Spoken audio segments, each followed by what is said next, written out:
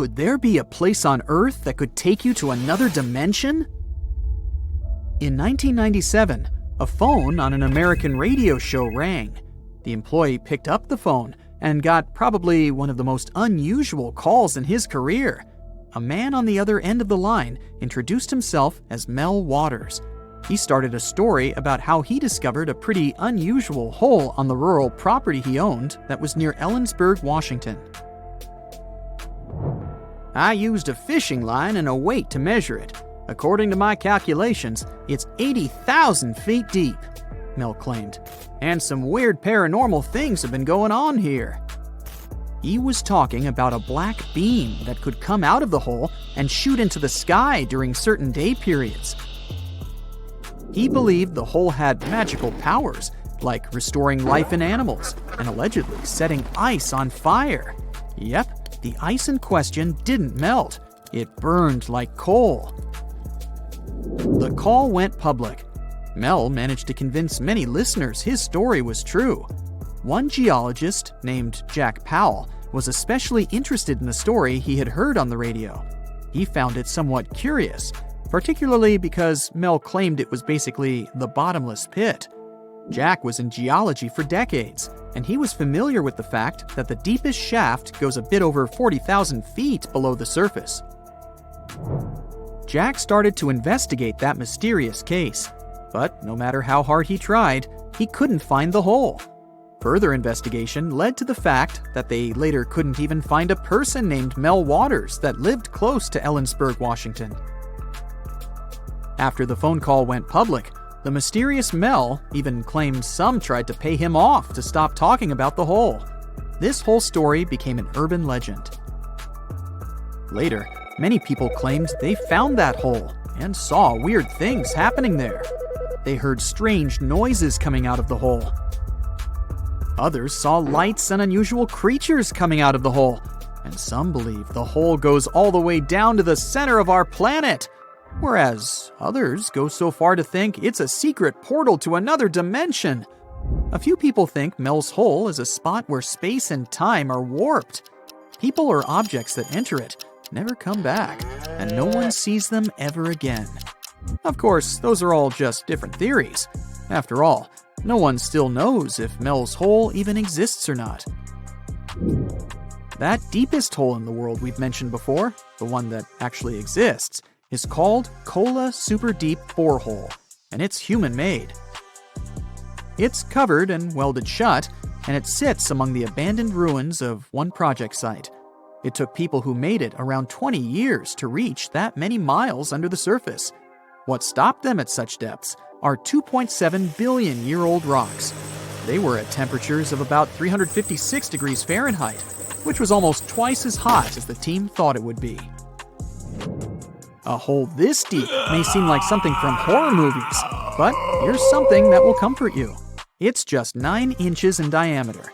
That means you can't just wander around and accidentally fall inside of it, which, you have to admit, makes it a bit less scary after all. But many locals are still very afraid of it and are not comfortable with this hole. Many of them claim they hear terrifying screams at night coming out of it. If you decide to enter Mville Cave, one of the deepest ones on the Earth, know that it could take days or even weeks to reach the bottom. This massive cave complex is located in Georgia, and it goes over a mile under the surface. It even got the nickname of being the Everest among other cave systems. The cave system looks really scary. Imagine going down there. But it's also home to a fascinating diversity of wildlife. There's also a basin filled with water at its bottom. The Berkeley Pit is a toxic hole. It's a former open-pit copper mine located in the western part of the United States.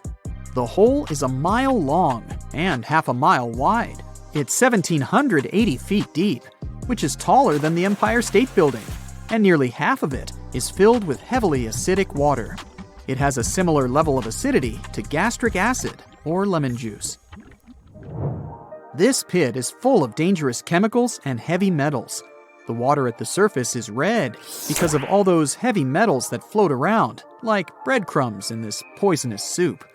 This soup has ended the lives of many birds that tried to land in the water at some point. If you want, you can even go there, pay the ticket, and check the pit out from a safe distance. It's a perfect day. It's not cloudy, the sun is out, and you're in the tropics, swimming in the sea. The water is crystal clear. So clear, it seems like you could see the bottom of where you're swimming. You look down and all you can see is darkness. The bottom is deep down below you, and if your imagination runs wild, you'll see giant sea monsters coming from down there right away. And that's how it feels to be above Dean's Blue Hole. It's nearly circular at the surface, but if you dive a bit deeper, it suddenly widens into a 4 times wider cavern. It's located on Long Island in the Bahamas, and it goes 663 feet below the surface, which makes it the second deepest hole in the world. It's a sinkhole filled with salt water that has an entrance below the water level. Such sinkholes can form in different processes. For instance, when rainwater soaks through fractures of limestone bedrock directly onto the water table. And in the case of this pit, the sea level has changed too. It got higher compared to, let's say, the Ice Age from 15,000 years ago. This one is Mount Baldy Sinkhole in Indiana. It was a beautiful sunny afternoon. A woman named Erin was on Mount Baldy, just finishing her scientific study of wind speeds. She was happy with how things were going, but suddenly, a bad hunch erased the smile off her face.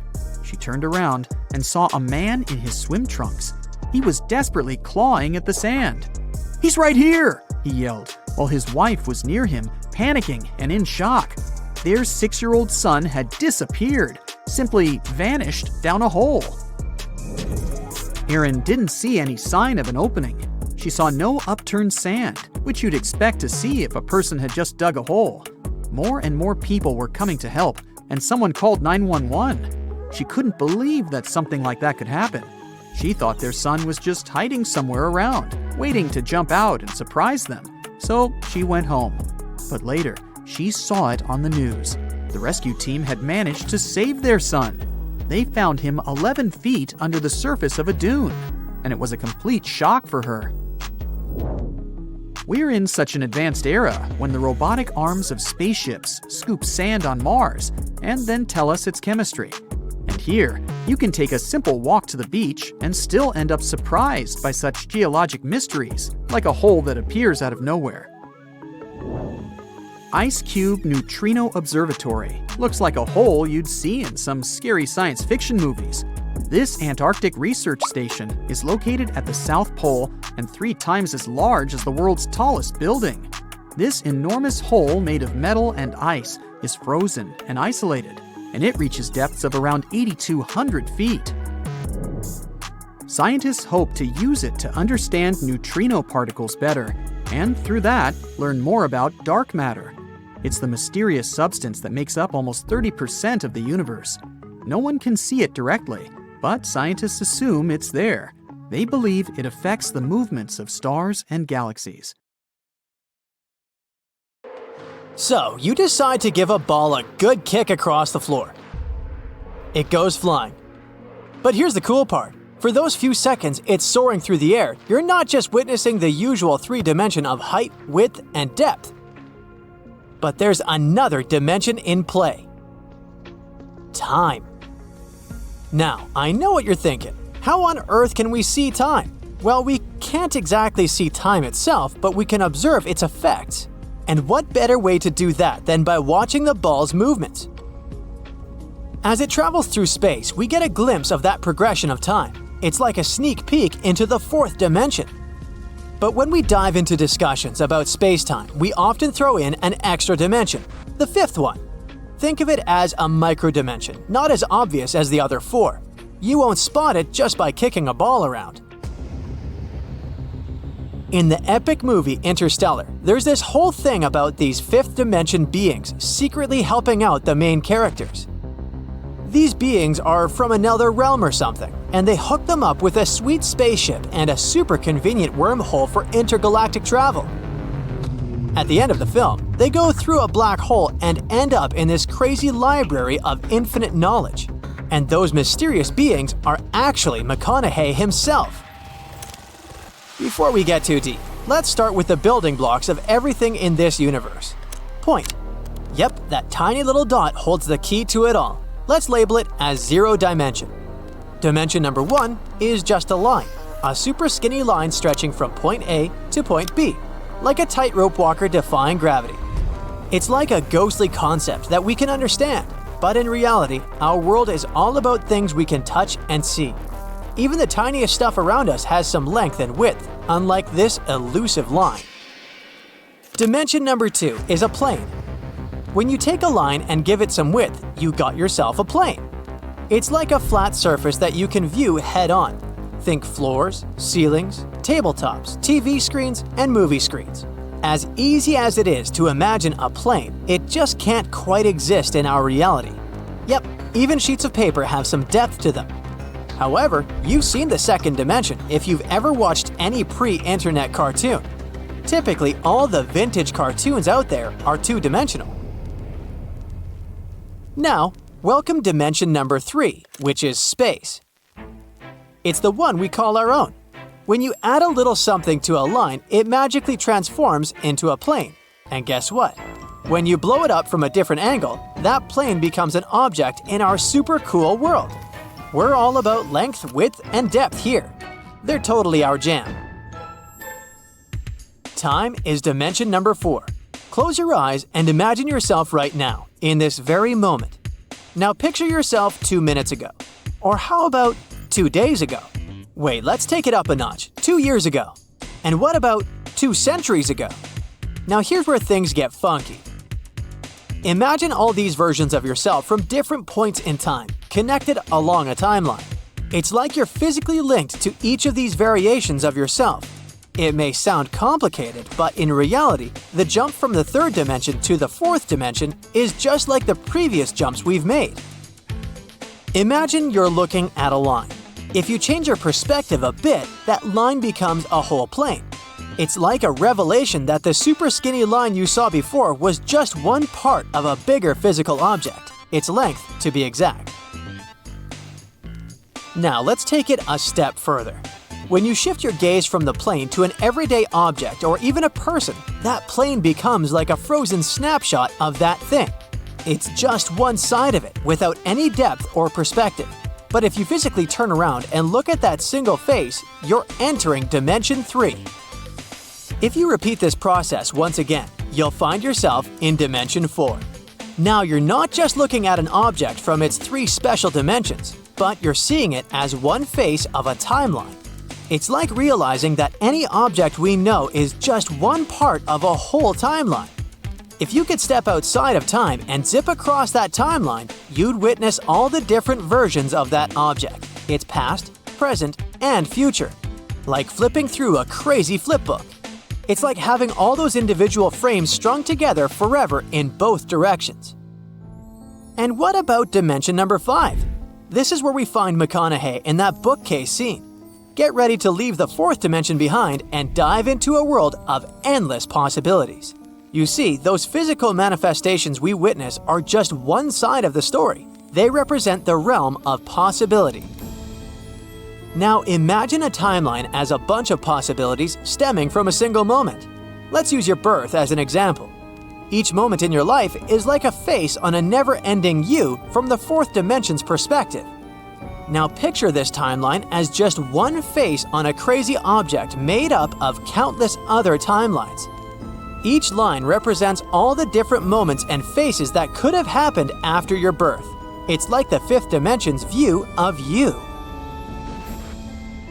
Back in 1905, Albert Einstein dropped some pretty cool knowledge on us with his special theory of relativity. He revealed that space and time are all tied together by the speed limit of light. So technically, our universe has 4 dimensions of space-time. But for our everyday lives, we like to keep things simple and think of the universe as having 3 dimensions of space. You know, north, south, east, west, up, down, and 1 dimension of time, which is past and future. Easy peasy. In the 1920s, a couple of genius physicists named Oscar Klein and Theodore Kaluza were like, Hey, what if there's a fifth dimension of space? They got this wild idea from Einstein's theory of relativity, which showed that mass can warp space-time. So they wondered, could this extra dimension explain another force called the electromagnetic force? Turns out, it totally could. But here's the catch.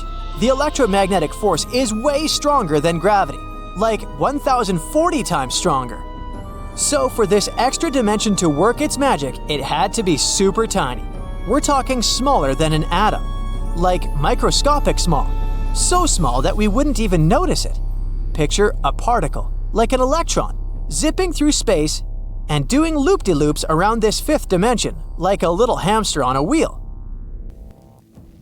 Kaluza and Klein's five-dimensional theory got hit hard when two more fundamental forces were discovered in the atomic nucleus: the strong and weak nuclear forces. But many other scientists who believe in string theory brought back the idea of extra dimensions explaining forces, and it's been about half a century since then. According to this theory, the universe's fundamental building blocks are not particles, but these super tiny strings made of mass energy. These strings do their thing by vibrating in a 10-dimensional space-time, with 6 of those dimensions rolled up way smaller than an atom. String theory suggests that our universe might be like a 3-dimensional island, or a brain just floating around in this massive 10-dimensional space-time. This could explain why gravity is so ridiculously weak compared to the other 3 fundamental forces. The idea is that while the forces are stuck on the brain, gravity sneaks out into those 6 extra space dimensions, making it super diluted on the brain. In 1999, Lisa Randall and Raman Sundram had a mind-bending idea. They suggested that there could be a bigger fifth dimension, all curved in a way that we can't even see. And this extra dimension might solve one of the biggest mysteries of the cosmos: dark matter. You know, that invisible stuff that outweighs all the visible stars and galaxies by 6 times? Yeah, it might just be hiding in that mysterious extra dimension. Planet Earth is full of wondrous phenomena. I mean, can you imagine going for a midnight swim and suddenly finding yourself surrounded by a glowing blue haze? As if there were huge pillars of light coming out of the seabed directly toward the surface. This experience is rare, but it sure is magical. This chemical reaction is known as bioluminescence, and it can happen in different situations. One example is when tiny algae organisms migrate closer to the seashore. When these algae are disturbed, they try to defend themselves by glowing, and just happens to create the most beautiful spectacle. There's another place in the world where you can see a similar thing, but it's caused by a different creature. This place is in New Zealand. Hidden deep within the country's caves live glowworms. They're the larvae of medium-sized narrow beetles that happen to be luminescent. If you're lucky enough to tour these caves, you'll feel like floating inside an underground galaxy. Recently, a video of a super rare phenomenon started circulating on the web. Take a quick look at it and see if you can make out what it is. Okay, it looks like a river, right? But it doesn't look as if any water is flowing there. When the Iraqis first saw this happening, they didn't know what it was, so they just called it the Sand River. It sure was a good guess, but a flowing river of sand would be something too out of this world to be true. It turns out that what these people saw was more or less an optical illusion. It's not sand, but it's not exactly water either. Here's what happened. In arid environments, it's not so uncommon for hail to fall. And in the case of Sand River, what we actually see is thousands and thousands of floating hailstones. Oh, and if you don't know what hail is, it's frozen rain that pours down in the form of small pebbles of ice. That would be something to see. Say you're driving through the countryside and suddenly spot a mushroom-shaped cloud. Uh-oh. Or maybe it's a spaceship of another civilization. You don't quite know what it is, but you do realize that it's huge. Should you continue driving toward it? Or should you turn around and drive in the other direction?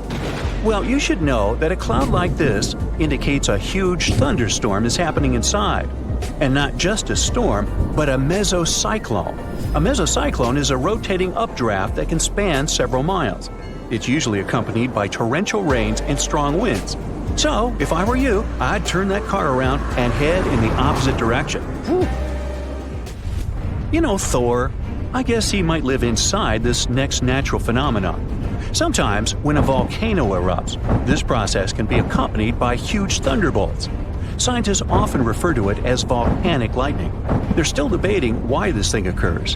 One of their guesses is that when a volcano erupts, it projects positively charged debris into the atmosphere.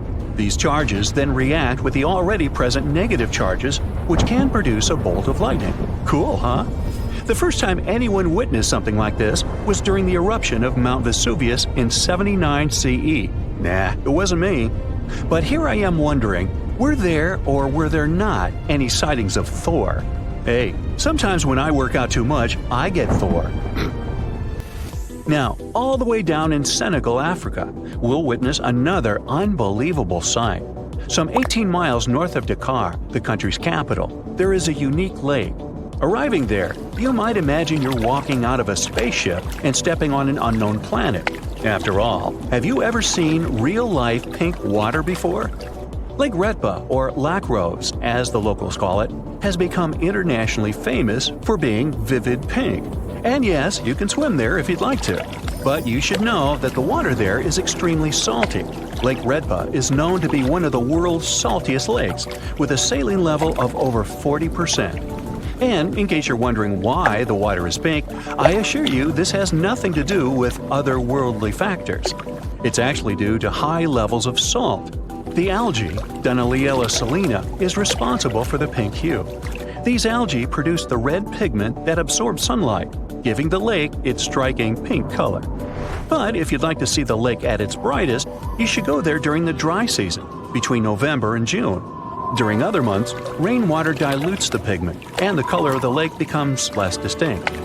Lake Retba has turned into a famous international attraction recently because who wouldn't love a picture of them swimming in the pink water? You might have heard of the Aurora Borealis, aka the Northern Lights. This phenomenon has continued to mesmerize scientists and tourists alike ever since it was witnessed for the first time. Now to see it, you have to be pretty lucky. You'll need to travel to the extreme north or south points of our planet. And even then, you'll have to hunt this phenomenon down and hope the sky will put on a show for you. The Aurora Borealis is an extremely rare phenomenon, and although these greenish lights look delicate, they're actually the fruit of a rather rough event. This spectacular light show occurs when energized particles from the sun slam into Earth's upper atmosphere. But it sure is a sight to behold, isn't it? Can you imagine a hill that never stops burning? Located in the Arctic region of Canada, the so-called Smoking Hills are an unmatched sight on our planet.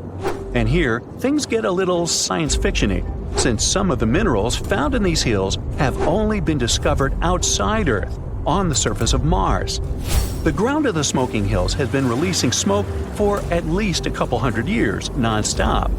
Explorers thought the area was home to an active volcano, but that wasn't the case.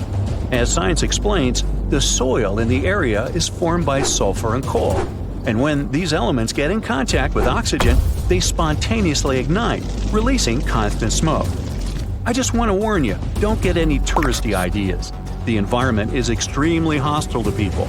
The smoke is toxic, and its temperatures are dangerously high. So let's move on before smoke gets in our eyes. Hey, there's a song there. Have you ever heard of something called a natural snowball? This can be proof that nature is really perfect. In 2016, the beaches of the Gulf of Aden, a bay in the Arctic Ocean, filled up with rows and rows of giant snowballs. Think balls measuring up to 3 feet across. This is a rare yet beautiful phenomenon that happens when smaller pieces of ice end up getting rolled by strong winds and water. The further they roll, the more ice they gather, and the more polished this ice becomes. Such snowballs end up as giant, perfectly shaped spheres. They look pretty amazing on their own, but hundreds of them together? Wow, think of it. You could have a snowball fight between giants. There are also some snowballs that turn into huge rolling donuts. This shape occurs only in perfect temperature conditions when the snow is both hard and fluffy. A snowball begins rolling down, gathering more and more snow until, suddenly, its middle part collapses. This way, the snowball acquires its donut shape. Does it also taste as good as a donut? No. Now, let's say you go for a hike, but instead of blue skies, you see a huge cloud of fog. Now, this may ruin your photo ops, but there's one thing you can hope for. Foggy days are perfect for a phenomenon known as the fog bow. Its other name is the white rainbow. It occurs because of the tiny size of water droplets that form the fog. They're even smaller than 2/1000ths of an inch. You know, teeny tiny. So instead of a multicolored rainbow, you get a transparent one with red outer edges and a bluish inner border. Cool. You lie down facing the scorching sun in the middle of the desert when suddenly you smell something extremely foul. You try to crawl to the source to see if maybe someone there can help you, but all you see is a large hole in the middle of nowhere. You crawl there and stick your head down the hole. You hear something really faint down there, but it's too dark to see anything. Still, the foul smell tickles your nostrils. You turn away in disgust and stand up to get a better view of it. The hole is roughly 100 feet in diameter, with nothing around it. You've been wandering around the desert for days and just ran out of food and water, but far away, you see what looks like a small hut. You walk there for another couple of hours until you reach the outskirts of a village. A local man riding a camel tells you that you're in the Al-Mara province in Yemen's eastern region, which is quite close to Oman. He immediately takes you to his mud hut, feeds you, and gives you some water. Feeling refreshed and full, you ask the local about the hole in the desert floor. His eyes sink in and his face grows pale. He grabs you by your sleeve in silence, throws you out of his hut, and slams the door shut. You try to knock on his door once more, but he ignores you. Out ahead is the village market, where you could surely get some answers from people. You head over there, and everyone starts staring at you as if you're some kind of threat. They sense something's off about you. You put on your hood and make your way to a merchant. While you purchase some food, you ask the seller about the hole, but he refuses to sell you anything. He even pushes you off to the pathway. You make your way to another vendor and ask about the hole. At first, he's reluctant to tell you anything, but after you buy a few items from his shop, he finally concedes. He takes you to a small inn and seats you down. He tells you to keep your voice low when talking about it. He then orders a beverage for you and begins explaining everything he knows about the hole. Legends have it that the well of Barhut, which is in Hadramaut, is a cursed place, a prison for spirits. He claims that any object that goes near it eventually disappears. The server comes back with 2 refreshing drinks, and the man quickly stops talking. As soon as the server leaves, he resumes telling you about the well. The reason why people were avoiding you when you mentioned the well was because it's believed that it brought bad luck to anyone who was near it. They were even able to feel it through you. The man tells you that he doesn't believe in such superstitions, but you want to find out more. At night, you head back to the well to find out if what he said was true. You sit down next to it and concentrate all your senses. It's quiet, nothing but the desert wind brushing against the sand. You hear something that sounds like a whisper coming from the hole, as if calling you to go inside. You get up from your meditation and walk towards the hole. The sound gets louder, but you still can't make anything of it. You stick your head down the hole to listen while holding your breath, but it just sounds like gibberish. The next day, you get some rope and pikes and wait till nightfall to prepare for the next step, descending down the hole. Nighttime comes again, and you set up the ropes and tie them around a tree. You climb down while holding the rope with one hand and a torch with the other, and scale down. You try to breathe through your mouth, but you start to feel like you need to catch deeper breaths the lower you go. The hole is believed to be around 850 feet deep, but you were only able to go down around 20. You didn't expect it to be that deep. You start climbing back up, but you decide to drop the torch into the hole to see how far it goes. You see the flame getting smaller and smaller as it disappears into the darkness. Maybe the man was right, just village folklore about something they can't explain. Scientists claim that the hole is millions of years old and has practically no ventilation. Even though it's been around for such a long time, it remains as mysterious today as it's always been. You're walking in Siberia, looking out for some reindeer, when suddenly you hear a loud explosion from the distance. All of your reindeer scatter around, and you're too much in a frenzy to collect them. You run to the source of the blast and find a huge crater in an area you just passed through. In August 2020, a massive hole was discovered in Siberia, Russia, being around 100 feet deep and around 65 feet wide. The local residents and researchers were stunned to find it there. This is the 9th hole documented in the region since 2013. You call the local authorities, and a huge team of scientists arrive with weird-looking scientific equipment. They claim this crater is the biggest one they've seen so far. Most of these craters were found by accident when people went on non-scientific outings by helicopter or by hunters and herders. Scientists aren't able to wrap their heads around it, but they knew exactly where to start. Permafrost, the thing that covers 2/3 of the whole country's territory. Scientists believe that by studying the permafrost, which contains certain chemicals, we can find out why these craters are popping out. Samples of the craters contain a lot of chemicals, but most notably, methane. Scientists took plenty of samples of the frozen soil from the ground and the ice. They had to descend down the crater to collect most of them. And within 2 years, these craters end up turning into lakes. According to their studies, the gases, which are mainly made up of methane, accumulate in the upper layers of the permafrost, and they can come both from the deep layers of the earth and those close to the surface. These gases end up getting trapped in the frost as they accumulate, creating enough pressure to burst through the frozen ground. They claim that these giant holes are a result of the growing temperatures. But that's just one theory. They're still not really sure how they could have formed.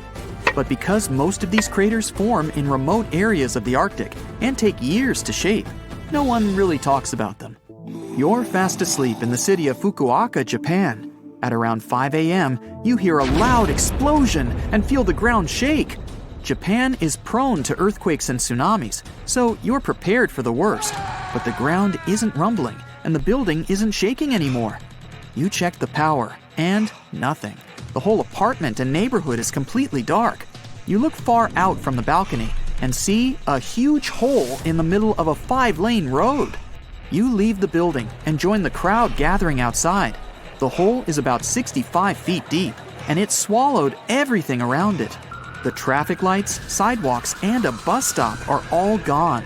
Even parts of buildings are destroyed, leaving the support beams still standing. The whole subway system is totally dysfunctional, and about 800 households are experiencing blackouts. Even the airport and subway had a bit of it. The local authorities evacuate the entire area in case more sinkholes or gas explosions occur. A few days later, it's all fixed. It only took the Japanese engineers and contractors 48 hours to fill it up, and a week to reopen the road to the public. The explosion might have been caused by some construction on a subway line, but the sinkhole is sinking again. People noticed that the road seemed to decline by about 3 inches in heavy traffic. But with quick maintenance, Japan can fix anything in the fastest way possible. Whittingdean Water Well. It may have the title of the deepest hand-dug well in the world, but at first sight, it's just a small covered well you wouldn't even assume that it's there.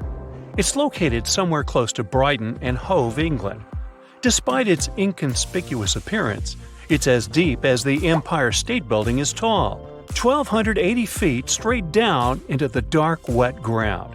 Hey, toss in a penny and make a wish. Wait, it's not a wishing well. Never mind. In the middle of the 19th century, one powerful corporation wanted to build a new workhouse in the area that today is known as Elm Grove. They decided to add it to an industrial school for juveniles as well. It was established for those whose parents were living in the local workhouse, and the aim was to teach the youth the habits of industry. The corporation wanted to provide water for their new institution, so they dug a new well. It was too expensive to bring piped water in from the nearby waterworks. They first wanted to make a 6 feet wide brick-lined well down to about 400 feet. That's where they expected to find the subterranean water table. They were digging for 2 years, and the shaft went past those depths, but they still didn't find any water. They thought they somehow missed the water source, so they started digging horizontally in 4 different directions. Even after many hours of work and multiple tunnels in different directions, still nothing. For the next 2 years, they didn't stop digging. Workers would descend rickety ladders hundreds of feet below the surface, illuminated just by the light of candles. They only used hand tools to load their buckets with soil and pass them up to the surface. Then they would use bricks other workers would send down from above to line the narrow interior. The heat down there was intense. They were able to breathe thanks to steam engines that would pump air through pipes down below. After 4 years of digging, they got to a depth of 1,285 feet. 850 feet of that was below sea level. At that point, the water finally broke through the surface. But as it was coming up, the workers were trying to escape it. It took them 45 minutes to scramble up such a deep shaft. It was expensive, and the company put enormous effort into this well, and they used it for just 4 years. They abandoned the well in favor of some other, more practical one. A 2-foot flint and brick wall is surrounding Woodingding water well now. There's also a metal lid covering its top so people wouldn't fall in. It would certainly feel like a journey to the center of the earth, don't you think? It took a research team 20 years to drill down the Kola super deep borehole. This one is over 40,000 feet deep, and despite getting so deep, they never actually reached the mantle. The drill bit was just around 1/3 of the total way through the crust to the mantle. The heat was insane, which made their work extra hard. Also, their drill got stuck in a rock, so the whole project was finally abandoned in 1989. The Kola Peninsula is located deep in the Arctic Circle.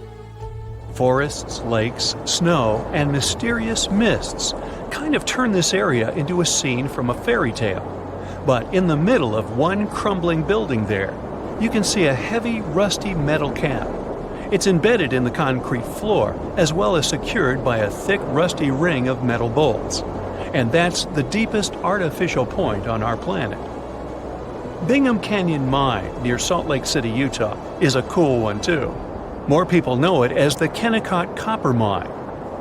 This mine spans 3 square miles and produces more copper than all other mines have in our world's history. It was opened at the beginning of the 20th century. It's owned by a large multinational corporation at the moment. Back in 2010, they even declared they'd like to dig the mine further and deepen it for another 300 feet. Bingham Canyon Mine has so many roads. If you could stretch them out into one large road, it would go from Salt Lake City all the way to Denver. There was a massive landslide in April 2013 in this area, so strong it even caused its own earthquakes. This is the world's deepest open-pit mine, so deep astronauts can see it from orbit. Humans first started digging towards the planet's mantle in the 1960s. That's when American scientists began with something they named Project Mel Hole. The project got its name after a man who found the boundary between the Earth's mantle and crust. The team didn't drill on land, but on a boat in the ocean. The crust is actually thinner on the ocean floor, although the difficult part is that the crust is the thinnest in areas where the ocean is deepest. Go figure. The researchers were drilling next to the island of Guadalupe, which is off the west coast of Mexico. There's a pit of impressive size and an amazing background story. One man in a drought-ridden part of India has really done the impossible. He dug a well in only 40 days. His wife wasn't allowed to draw water from a well that was in the village because of the caste they belonged to. The man decided to dig a well by himself and give a source of water both to his family and the community. Nobody believed it was possible, but he took his shovel and kept digging day after day before going to work every morning, and later in the evening after he would finish the work. 40 days later, he finally got to the water and proved that some people can sometimes truly stretch their mental and physical limits to achieve what's impossible. Now imagine how difficult it is to dig a mine by hand. And we're talking about a really big hole mine. They would mine diamonds without any machinery. You can find such a case in South Africa in the province of Kimberley. A geological pipe there was formed after a breakthrough of gases in the crust of our planet. The pipe was named Kimberlite after the location, just like others in that area. It's in the shape of a pretty large carrot. You can see its upper conical part that narrows as it goes deeper, turning into a vein in the end. 1870 was the time when the diamond fever began in the city of Kimberley. Nearly 50,000 people were mining and extracting more than 20 million tons of soil using only their picks and shovels. The development area was close to 2 million square feet. They dug up to 787 feet from 1871 to 1914 and extracted enormous amounts of diamonds, worth more than $1 billion. This mine has become an artificial lake. Today, it's the most picturesque landmark in this province. Darvaza Crater is one of the world's most unique spots you can find. It's a burning hole people actually made more than 40 years ago. This gaping crater opened up in the desert of Turkmenistan. It was most likely a consequence of a drilling mishap. Geologists then set it on fire on purpose. They were afraid all those noxious gases would have a negative impact on the environment, so they wanted to burn them off. They also wanted to prevent the spread of methane gas after the ground below the drilling rig collapsed into a cavern.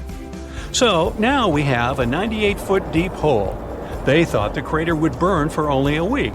Oops, but they were wrong. Thing is, the crater's been burning for over 40 years now. Actually, it's not that bad. The hole on fire eventually turned into a quite popular spot that attracts many tourists. This site looks like the portal to the Earth's core. Hey, maybe you have some marshmallows we can roast? There's not much to do in Antarctica except scientific work. You could check out the wildlife, like some cute penguins and seals, and you'd get to see the occasional whale swimming around. Antarctica is one of the biggest lands out there that's only inhabited by scientists and researchers from all over the world. These scientists dug a hole through some pretty thick ice to study the ancient air and how the atmosphere cleans itself. They used a special drill and dug a clean cylindrical hole 450 feet below the surface. Some of this ice can be up to 800,000 years old and is a good indicator of what the climate was like in the past. It's like checking out tree rings to determine how old a certain tree is, except it's more complicated than that. After the effortless digging, they decided to drop some ice to the bottom of the hole to see what would happen next. They heard some really unusual sounds.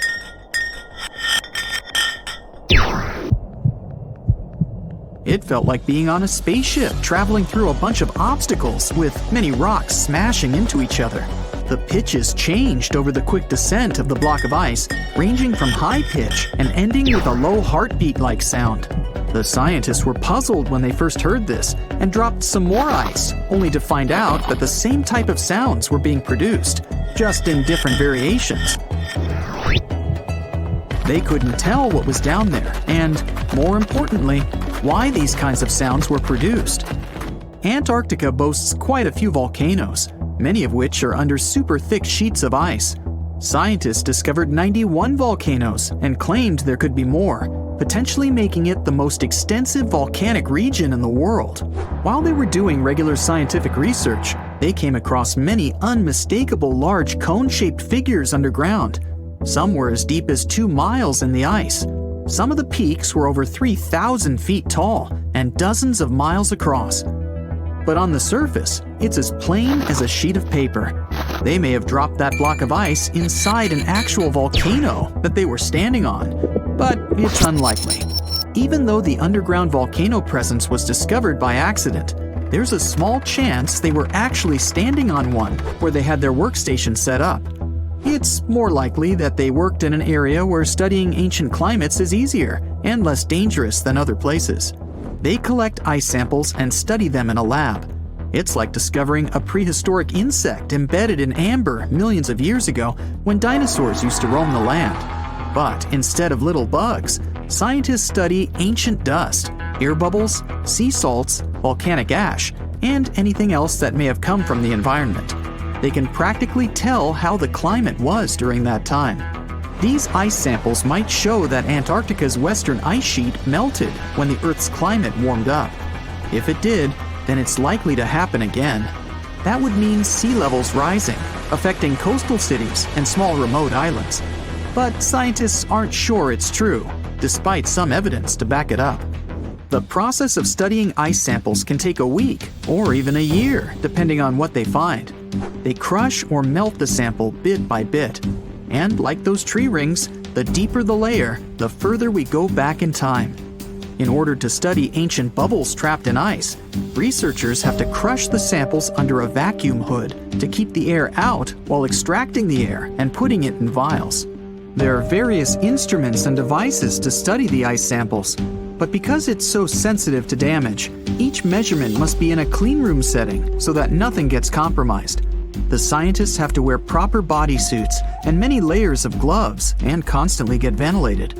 Even something as tiny and insignificant as a fingerprint can ruin a sample. They look for certain patterns to see changes in the atmosphere's composition and temperature. But dropping a few blocks of ice down a hole wouldn't be so bad. The reason why it made such a peculiar sound is the same reason why a moving car sounds different when it's honking than when it's stationary. The scientific word for it is the Doppler effect. It's an obvious change in the frequency of a wave with respect to an observer who is moving relative to the wave source. The effect doesn't mean the frequency of the sound changes, it just shifts. And this can be said about other types of waves, like water and light. But sound waves are the most popular ones when it comes to the Doppler effect. So, when the scientists dropped the ice block down the bottom of the hole, the sound waves traveled back up and bounced around the narrow tube where they drilled. That's why they got the pew pew sound. Let's not forget that this ice block traveled 450 feet beneath us. Oil ships dig holes in the oceanic crust that go thousands of feet beneath the Earth. The Kola Super Deep Borehole in Russia is the deepest hole ever made by humans. It goes more than 40,000 feet below the surface and took almost 20 years to reach 7.5 miles. Below it is only half the distance to the mantle. In terms of the whole Earth, this very deep hole is literally scratching the surface. This wasn't a hole to dig for oil, and wasn't in the ocean either. The drilling was stopped in 1992 when the engineers found out that the temperatures were 100 degrees Fahrenheit higher than they predicted. And then it was abandoned, and it's just been a barren hole now. But that's the closest we've dug to the center of the planet. The scary thing is that some of the workers on the site could hear voices coming from within. All the way in Yemen, an ancient hole exists in Borehole, in the east of the country in the middle of the desert. It's actually closer to Oman than to the capital Sana'a. This hole has puzzled experts and locals. Unlike the holes in Russia and Antarctica, this wasn't man-made. Or was it? It's been around for many years, and the locals try to steer away from it. They don't even like talking about it, since they claim it brings bad luck to those around it, or to whoever utters its name. They claim it was created as a prison for spirits, but many rule that out. The hole is 98 feet wide and somewhere between 330 to 650 feet deep. You can also hear strange sounds coming from the inside. But according to some scientists, the well has little to no ventilation and barely has any oxygen down there. So it's unlikely that anyone or anything lives down there. The Challenger Deep in the Mariana Trench caught some low-pitched grumble sounds in March of 2016. Some of these grumbles were followed by screeches.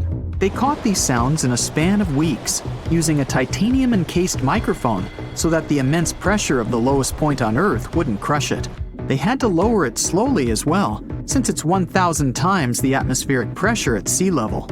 For 23 whole days, the microphone recorded typical sounds of whales passing by and boats sailing across from above, and even rumbles of nearby earthquakes, but they still couldn't determine what caused those initial sounds. The researchers couldn't understand if the noise from the bottom of the Mariana Trench was caused by humans or was natural. They also wanted to know if these sounds affected marine life, like dolphins and whales that rely on echolocation. They still can't figure it out. but scientists estimate that the ocean is about 10 times noisier than it was 50 years ago. With technological developments in shipping, submarines, and underwater construction, the ocean will only get louder with time. Northern lights come with sounds, which nobody talks about. They're usually audible when the auroras are at their most powerful presence. Scientists were always puzzled as to what caused the faint popping and crackling, even though they were very far above us. They used some special microphones and found out that the sounds came just 230 feet above us, which is pretty low. They're caused by electrical charges gaining power in a specific region of the auroras. The electrical charges are disturbed by magnetic storms that fire up the northern lights. As a result, some tiny sparks are released into the atmosphere, causing the faint crackling and popping noise. Let me take you to a place that seems to be out of this world.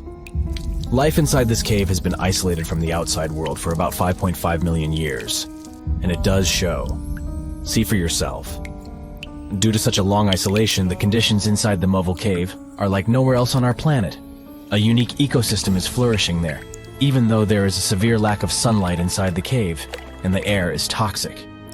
The cave, located a few miles west of the Black Sea in Romania, was first discovered in 1986. Nowadays, you can only visit it if you have special permission. Plus, the central caverns are guarded naturally by narrow limestone tunnels and vertical shafts. So, if you're no stranger to claustrophobia, you'd probably better not enter this place. In the depth of the cave, the air has twice less oxygen than the air outside. Instead, it contains a lot of carbon dioxide and hydrogen sulfide, so not the freshest air you can breathe. It's also pitch black inside the cavern. But despite, or should I say thanks to, this cocktail of extremely harsh conditions, the site is a true goldmine for biologists. Shockingly, life seems to be booming here. In a 1996 study, scientists identified 48 species, and 33 of them were unique to the cave. Most of the creatures inhabiting the cave are tiny, with long limbs and antennae that help them navigate in the dark. They have no vision and lack pigment, and it makes sense. Why would you need to be able to see if you live in total darkness? And why would you need to be pretty and colorful with no one to see you? Now, I'm going to take you to another cave. It's no less amazing, but looks very different. This is the Giant Crystal Cave, aka the Cave of the Crystals, in Mexico. These ginormous crystals were found in 2000 by a mining company after the water was pumped out of the cave. Two miners then saw the crystals after entering the drying cave on foot. These awe-inspiring crystals are actually massive gypsum pillars hidden 984 feet underground. They're anchored to the walls and the floor of the scorching hot cave. Scientists estimate that the crystals could have been already growing for 500,000 years. That's why many of them are so long and wide that you can walk across them. Unfortunately, visiting this wonder of nature is impossible at the moment. But maybe it's for the better, since the Giant Crystal Cave is a dangerous place that can easily turn into a trap. For tens of thousands of years, it was filled with groundwater, which was originally pushed upward into the opening by a magma chamber located in the depths of our planet. The magma under the cave kept the water hot, but eventually the temperature of the water dipped below 136 degrees Fahrenheit. As a result, the water started to fill with calcium and sulfate, whose particles began to recombine into gypsum. And then, white-tinted crystals took over the cave. And since they stayed underwater, they were able to keep growing. You don't have to fly to space to take a closer look at a black hole. Scientists have found something very similar to black holes in the southern Atlantic Ocean. A black hole has such an enormous gravitational pull that once something gets pulled inside, it doesn't have any chance to escape. Even light can't get out of a black hole. But ocean black holes seem to be almost as powerful as their space relatives. But instead of catching the light, they do the same with water. Ocean eddies are massive whirlpools that spin against the main current. They usually swirl billions of tons of water, and most of them are larger than a city. These whirlpools are so powerful that nothing trapped by them can escape. But the scariest thing is that you might not even notice heading into one of them. These things are so huge that you won't spot their boundaries until it's too late. When scientists started exploring ocean vortices with the help of satellites, they discovered the borders of several eddies. After that, they managed to prove that, mathematically, these whirlpools are the same as mysterious black holes in space. Massive eddies are surrounded by super-tight barriers where fluid moves in closed loops. Even water can't get out from the inside of these loops. That's why tight ocean vortices play the role of enormous containers. Water inside them can be totally different from the ocean surrounding an eddy. And I'm not only talking about its temperature. The salt content inside and outside a whirlpool often differs as well. On the thin Curonian spit splitting the Baltic Sea from the Curonian Lagoon, there is one of the most bizarre places on Earth. Locals call this area the Dancing Forest because pine trees in this forest have shockingly unusual shapes. They twist in spirals and circles along the ground. There are some theories why it could be happening, of course. Some people claim that huge amounts of positive and negative energies once clashed in that spot. More down-to-earth individuals believe that the reason is geological. Sandy soil in the area is too unstable to hold trees growing upright. The most popular is the idea that strong winds blowing from the water influence the shape of the trees. In any case, experts haven't come to the final conclusion yet. Look at these underwater crop circles. For the first time, they were spotted in 1995, close to southern Japan's coast. Local divers called these 7-feet-wide structures mystery circles. The enigma had been plaguing many minds for almost 16 years until the culprit was finally caught. Imagine the researchers' surprise when it turned out to be a male pufferfish. The fish needs a bit more than a week to build one circle, and the aesthetics are obviously crucial. A male is swimming inside the circle, digging valleys in the sand with its fins. But that's not all. The fish also use shells and corals to decorate particular parts of their circles. This whole build-a-circle thing has a practical purpose as well. The way a male fish swims pushes the sand toward the center of the circle and creates a mound which later serves as a nest. The next mystery on our list is in the Caribbean. Just off the coast of Belize, there's a giant sinkhole. That's the Great Blue Hole. It's about 1,000 feet across and more than 400 feet deep. Once, a long, long time ago, this hole was a cave. But then rising waters filled it, making it collapse in on itself. The deeper you'll descend into the Great Hole's crystalline waters, the darker it will become. You'll see tons of stalactite-filled caves there, but entering them is extremely dangerous, unless you want to get hopelessly lost. Once you reach a depth of 50 feet, you'll notice that the water is shimmering. That's the invisible line dividing the sinkhole's salty top from the freshwater abyss. You might want to turn back right now. Who knows what you might come across in the murky depths. There was an old Amazonian legend that told about the river that was so hot that it boiled. And it was believed to be just a legend until Peruvian geoscientist Andres Russo questioned if the river could be real. All experts denied such a possibility. After all, hot rivers do exist, but only in the areas where there are volcanoes. As for the part of the country mentioned in the legend, there are no volcanoes in that region. But Andres Russo was too dedicated to give up. And in 2011, he finally located the river from the legends. The water in it was indeed steaming hot. Its temperature was 186 degrees Fahrenheit, not boiling, but pretty close to this point. But what shocked the researcher the most was the size of the river. One could think that the almost boiling water was the result of the activity of an underwater hot spring. But thermal pools are always small, while the river is 20 feet deep and flows for almost 4 miles. This is the only river of its kind on our planet. Ah, portals. Non-existent, but incredibly fascinating phenomena that we see in sci-fi media all the time. We've tried to invent them and understand how they could work from ancient times.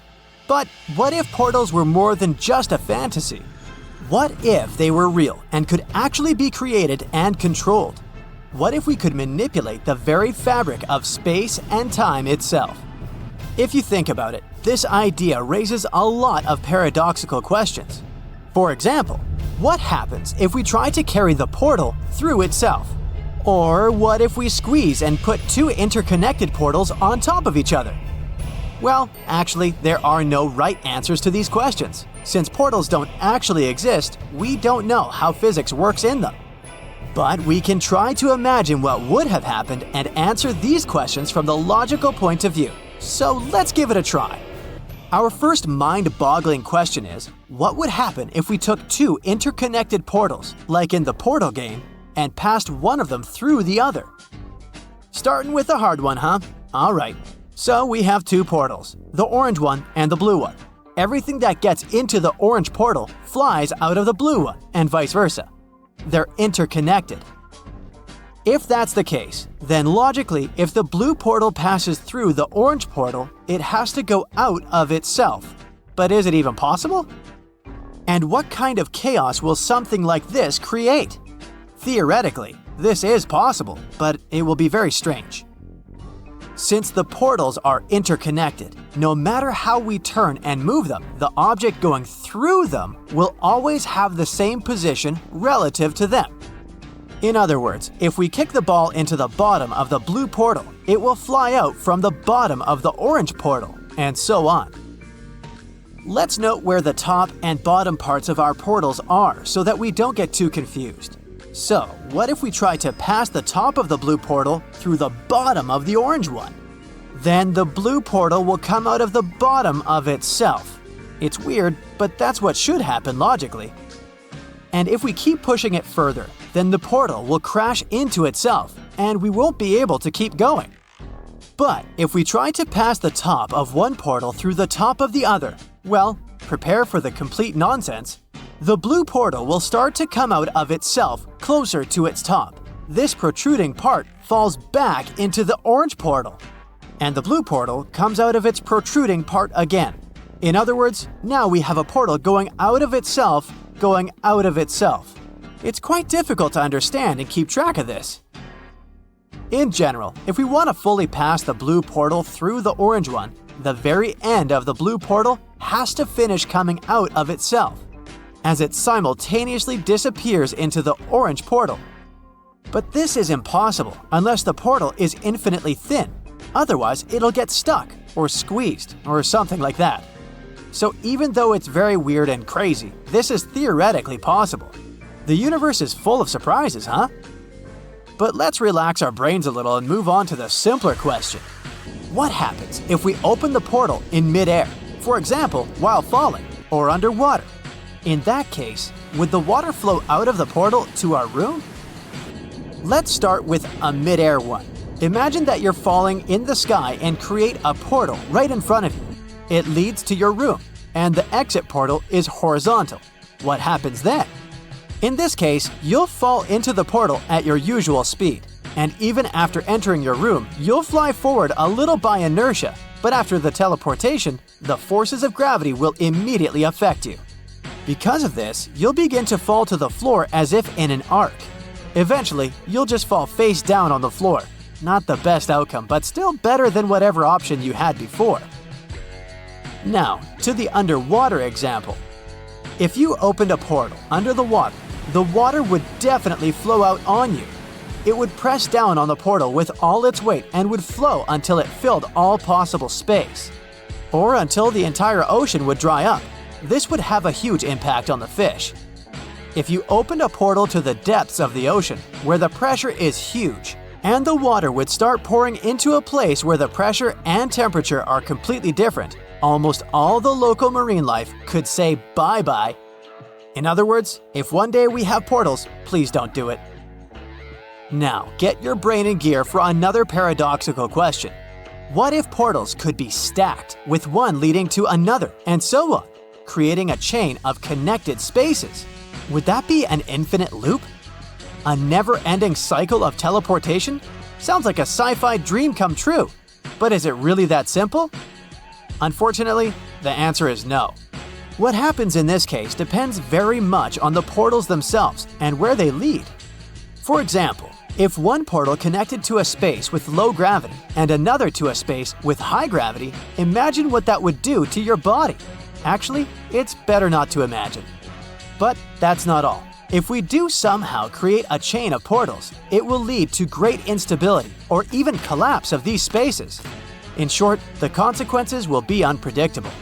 However, all of these scenarios are just theoretical, as portals are a work of fiction. It's difficult to make a scientifically and logically accurate prediction of what would happen in these situations. The next question is, What if you could teleport into a moving object like a car or a plane? Sounds scary already, doesn't it? Hold on tight, we're about to break the laws of physics. First, let's talk about momentum. When an object is moving, it's got a certain velocity, and you guessed it, momentum. This means, according to the law of conservation of momentum, the total momentum of a system stays the same unless an outside force comes into play. But what happens when we teleport a person into a moving car or plane? Well, that's a sudden change in the object's mass and therefore its momentum. This change in momentum can cause the car or plane to go haywire, potentially resulting in a crash or, at the very least, a seriously bumpy ride. And let's not forget about the shockwave that comes with suddenly materializing in a moving vehicle. It's safe to say things could get pretty nasty. So again, if we ever get portals, please don't try this at home. And here comes the final question. Let's take one physics mystery and combine it with another. What if you could portal into and out of a black hole? Entering a black hole is incredibly dangerous, to say the least. It may end really badly even for an object traveling at the speed of light. The intense gravitational forces near a black hole can cause objects to be stretched and distorted into some crazy shapes. This is a process known as spaghettification, which is a really scientific term, by the way. And don't forget about the intense gravitational forces which cause the laws of physics as we know them to break down. In other words, your little portal experiment would have some catastrophic effects. In short, you would be spaghettified before you could even say, "Whoops, I shouldn't have done that." So, there you go, folks. The thought experiments about portals are a fun and imaginative way to explore the limits of our current understanding of physics and what could be possible in the future. While the scenarios we discussed are purely hypothetical and not based on any actual science, they still give us a glimpse of fantastical possibilities of the world with portals.